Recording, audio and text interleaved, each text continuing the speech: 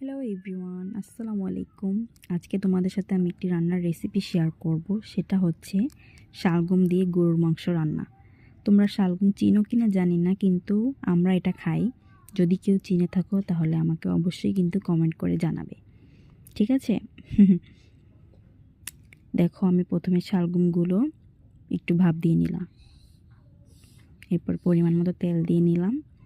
এখানে আমি একসাথে রসুন, পেঁয়াজ, রসুন আর জিরা ব্লেন্ড করে নিয়েছি, দিয়ে দিলাম। এটা একটু ভাজবো, আমি সুন্দরভাবে ভাজবো। ভাজা দেখো হয়ে গেছে। এবার আমি এর মধ্যে গরম মশলা সব কিছু আর কি দেবো।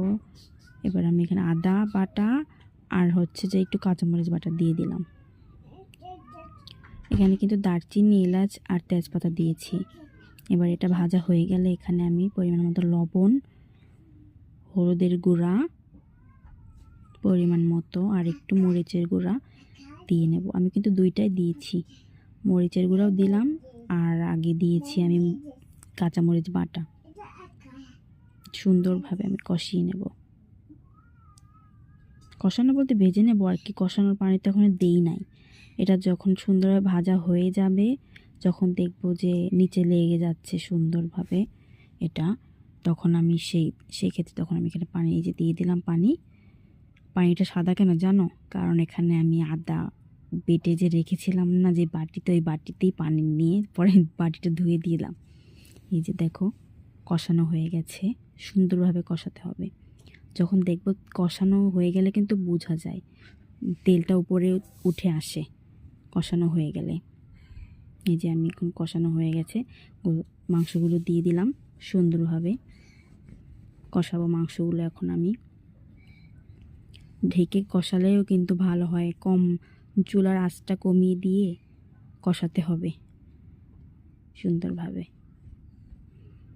আমি কিন্তু সেটা ভিডিও করিনি, যে ঢেকে দিয়ে কষিয়েছি সেটা ভিডিও করিনি, করতে ভুলে গেছিলাম। এই যে আমি সুন্দরভাবে দেখো কি সুন্দর কালার হয়েছে, কষানো প্রায় কিন্তু হয়ে যাচ্ছে। কি সুন্দর কালার, মনে হচ্ছে আমি এখনই খেয়ে ফেলি। আসলে এটা ভালোভাবে কষালে কি হয়, ভালো লাগে খেতে। যে কোনো রান্নাই সুন্দরভাবে কষালে কিন্তু খেতে ভালো লাগে, দেখতেও ভালো লাগে কিন্তু। আর যেহেতু আমি এখানে শালগমটা একটু ভাপ দিয়ে নিয়েছি, ধরতে গেলে অর্ধেক সেদ্ধই হয়ে গেছে শালগমটা। এর জন্য আমি এটা ভালোভাবে একটু কষিয়ে নিলাম, যাতে এটাও একটু সেদ্ধ হয়ে যায়। এর জন্য যখন সেদ্ধ হয়ে যাবে, এখন আমি